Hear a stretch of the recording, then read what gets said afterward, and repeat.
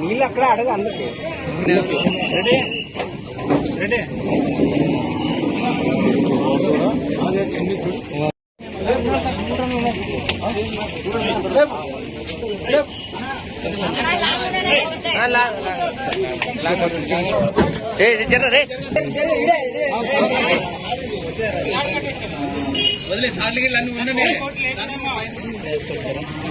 నీకేమొచ్చిందిరా ఏడన్నా ఊకే అడ్డము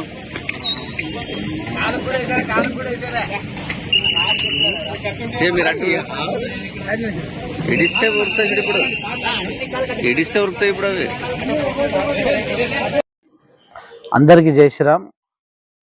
ఈరోజు ఉదయం 11 గంటల నుంచి అంటే మాకు ఇన్ఫర్మేషన్ ఏమొచ్చిందంటే మూసానేపల్లెలో సోమలింగేశ్వర స్వామి దేవాలయం దానికి సంబంధించి ఆ గుడికి సంబంధించిన గోవుల్ని అక్రమంగా కబేలాలకు అమ్మాలని కాసి అక్కడ ఊరి పెద్దలు అనుకున్నారని కాసి మాకు ఇన్ఫర్మేషన్ వస్తే ఈరోజు బజరంగ్ దళ్, విరాట్ హిందుస్థాన్ సంఘం మరియు హిందూ నాయకులు మరియు గోరక్ష ప్రేమికులు అందరూ కలిసి ఈరోజు పెద్ద సంఖ్యలో పాల్గొని ఆ వెహికల్స్ని క్యాచ్ చేసి ఆ వెహికల్స్ని 2 వెహికల్స్ బయలుదేరాయి. అక్కడ నుంచి ఒక వెహికల్ దొరికింది.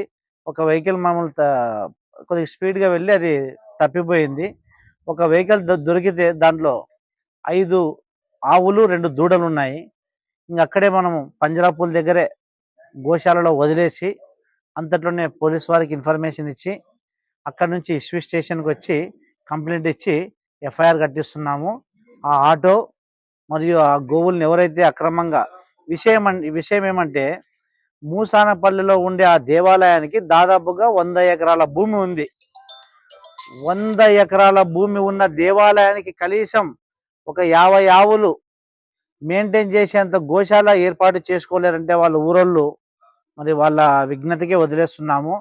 సరే, దానికి కనీసం పెద్దలు అది ఎవరో భక్తులు ఇచ్చిందే ఆవుల్ని, వాటిని కనీసం అమ్ముకోకున్నట్ల గోశాలకి వదిలేయాలనే జ్ఞానం లేని మన హిందువులు ఉన్నంత వరకు ఈరోజు మన సమాజంలో గోవులు స్వేచ్ఛగా బతకలేవు.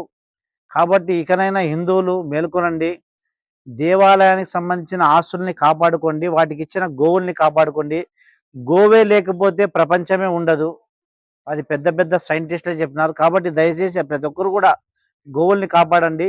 ఈరోజు ఇస్వి స్టేషన్లో కంప్లైంట్ చేసి ఎఫ్ఐఆర్ కట్టిస్తున్నాము. దీనికి మన పోలీసు వారు కూడా సహకరించినందుకు ధన్యవాదాలు తెలుపుతున్నాను. నా పేరు అశోక్ కుమార్, విరాట్ హిందుస్థాన్ సంఘం జిల్లా అధ్యక్షుడు.